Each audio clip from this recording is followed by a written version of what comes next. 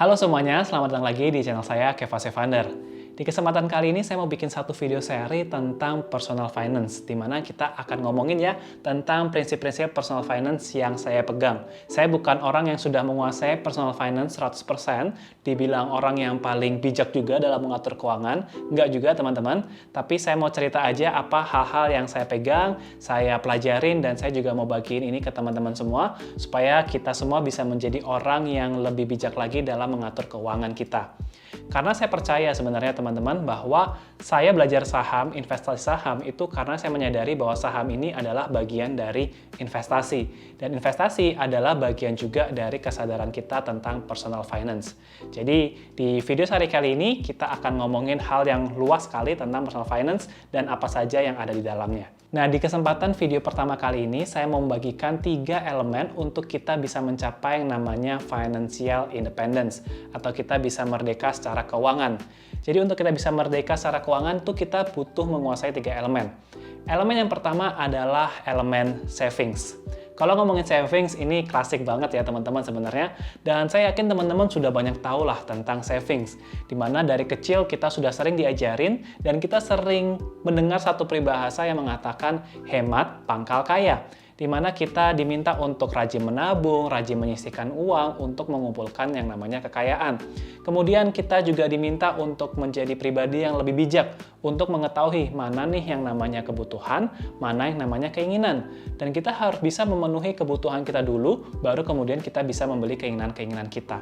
Ya, itu saya yakin teman-teman udah banyak tahu. Nah, akan tetapi elemen savings ini tuh punya musuh. Musuhnya adalah future needs atau keinginan kita di masa depan.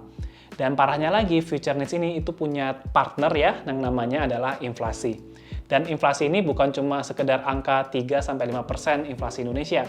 Akan tapi kita tahu ya dalam banyak kasus, ada hal-hal yang kenaikan harganya atau inflasinya itu jauh lebih tinggi. Misalnya biaya pendidikan, biaya kesehatan rumah sakit, biaya entertainment, dan lain sebagainya. Jadi misalnya kita ambil contoh aja deh, misalnya kita punya keinginan di masa depan, kita pingin banget nih beli rumah yang kita impi-impikan. Misal harga rumah yang kita impikan itu senilai 1 miliar rupiah. Dan kita harus ngumpulin DP sebanyak 20%, jadinya 200 juta. Kita bersemangat ya untuk menabung, sehingga kita bikin target selama 3 tahun kita bisa menabung 200 juta. Kita udah nabung tahun pertama, nabung tahun kedua, nabung tahun ketiga, terkumpullah 200 juta itu. Dan kita udah seneng nih, kita mau beli rumah tersebut yang udah kita inginkan. Akan tetapi waktu kita mau beli rumahnya, rumah yang kita inginkan ini ternyata harganya naik. Let's say menjadi 1,5 miliar, dan DP-nya harus menjadi 300 juta. Otomatis kita udah nabung 200 juta, tiba-tiba belum bisa untuk bayar DP-nya. That's why mengandalkan savings aja itu ternyata nggak cukup. Karena tadi ada future needs yang berpartneran dengan yang namanya inflasi. That's why kita butuh elemen yang kedua, yaitu adalah elemen investasi. Nah, kalau ngomongin tentang investasi, investasi itu nggak bisa lepas dari yang namanya persentase.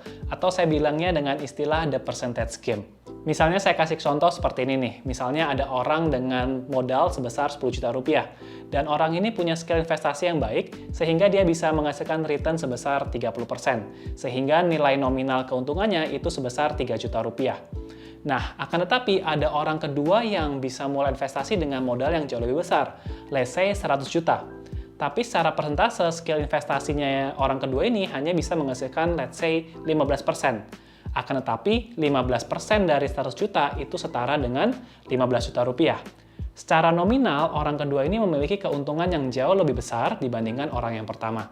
Memang ini antara fair dan nggak fair, tapi kalau ngomongin tentang investasi, memang nggak bisa lepas dari yang namanya persentase.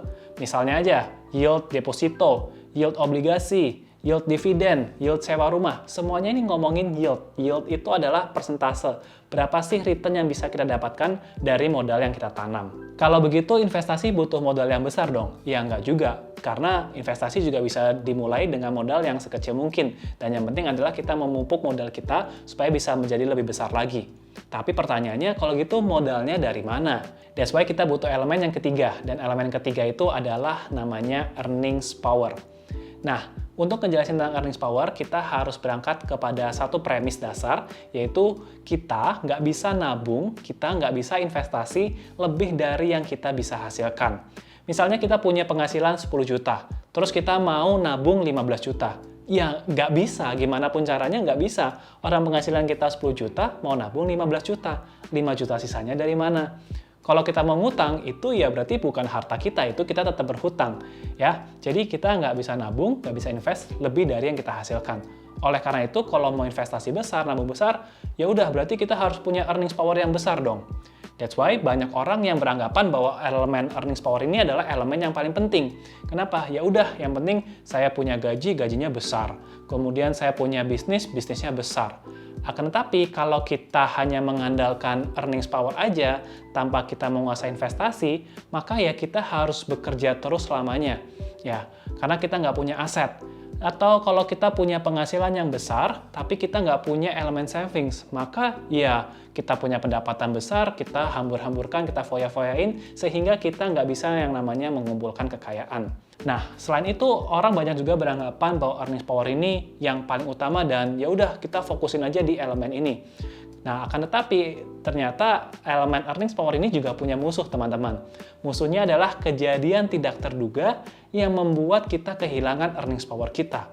Dulu kita beranggapan bahwa, nggak mungkin lah saya udah secure karena saya dapat gaji dan gajinya itu bisa stabil per bulan selalu ada. Akan tapi tahun 2020 ini musuh dari elemen earnings power itu muncul ya, di mana ada pandemik, di mana kita tahu banyak orang yang di PHK, kemudian banyak orang yang kerja dari rumah tapi gajinya harus dipotong. Kita banyak yang berpikir bahwa, saya udah cukup, saya udah aman karena saya punya gaji bulanan. Akan tetapi, ya ada musuhnya tetap. Suatu hal yang kita tidak duga-duga, dan itu ternyata kejadian juga di tahun 2020 ini.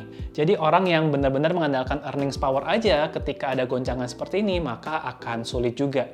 Ya, kita tahu ada kasus viral ya waktu itu, di mana katanya ada orang yang berpenghasilan 80 juta, tapi gara-gara di PHK dia udah nggak punya penghasilan lagi, padahal cicilannya masih banyak, dan rumah tangganya juga jadi berantakan. Nah, dari ketiga elemen ini yang saya pelajarin adalah kita ini nggak bisa bergantung pada satu elemen aja. Ya, mengandalkan earnings power kelihatannya bagus, tapi ternyata tetap ada musuh. Mengandalkan savings juga nggak bisa. Mengandalkan investasi doang juga nggak bisa. Jadi kalau kita mau mempercepat kesuksesan kita untuk mencapai yang namanya financial independence, ya berarti kita harus bisa mengkombinasikan ketiga elemen ini.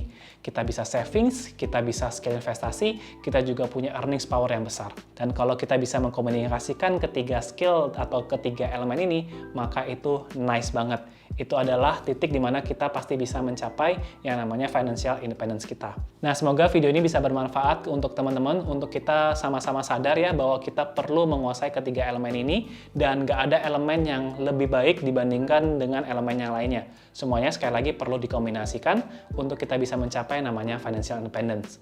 Nah, kalau kita udah punya atau kita udah menguasai skill dari ketiga elemen ini, baru kita memfokuskan untuk kita memperbesar saving, memperbesar investasi, memperbesar lagi earnings power kita. Semoga video ini bisa bermanfaat buat teman-teman dan saya berharap teman-teman bisa mencapai financial independence kalian masing-masing. So, thank you banget buat teman-teman yang sudah menonton. Di video-video berikutnya kita pasti nggak akan jauh untuk ngomongin tentang savings, ngomongin tentang investasi, dan ngomongin tentang earnings power. Semoga video ini bisa bermanfaat buat teman-teman semua dan kita jumpa lagi ya di video-video yang berikutnya.